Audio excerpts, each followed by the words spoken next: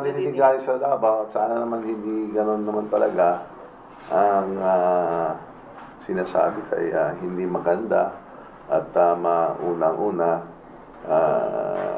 labag yan sa usapan na yung nagkakaisa yung sa Pilipinas, yung Vice Presidente, tiga Davao, anak mo yan, Mr. Former President, Mayor Baste, kapatid mo yan. So, unless we have proof na yung mga aligasyon ninyo na kung bakit nananawag ka dyan sa aking mahal na President Ferdinand R. Marcos na bumaba sa pwesto, sana mag-isip-isip muna kayo, at ilabas mo yung mga prueba kasi alam natin hindi totoo yung mga sinasabi ninyo. Walang katotohanan yan. Di ba? Si Mr. Former President, sabi na sa drug list, na-check natin, never, si President Ferdinand R. Marcos ay nailagay sa drug list. Kaya, hindi ko lang kung nag-i-story ka na naman, tigilan mo na yung budol-budol galing sa Davao. Please lang, dapat magkaisa ang buong Pilipinas. Baka meron kayong mga concerns or issues na kailangang iharap mo yung batas na baka na ilabag mo yung sa administrasyon mo. Pero tigilan mo na lang yan kasi yung Pilipinas nagtatrabaho ng maigi at nakikita ng buong mundo nakakaisa na ang Pilipinas. Kung kayo lang dyan sa Davao ay gumagawa na lang ng mga istorya. Uulitin ko, tigilin mo na yung budol-budol nyo. Diba?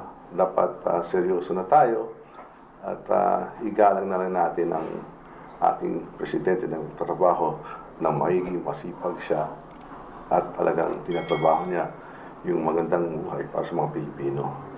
Maraming salamat. Unang-una, baka nahirapan naman talaga si President Duterte kasi yung plataforma, kaya nanalo siya, ay federalismo.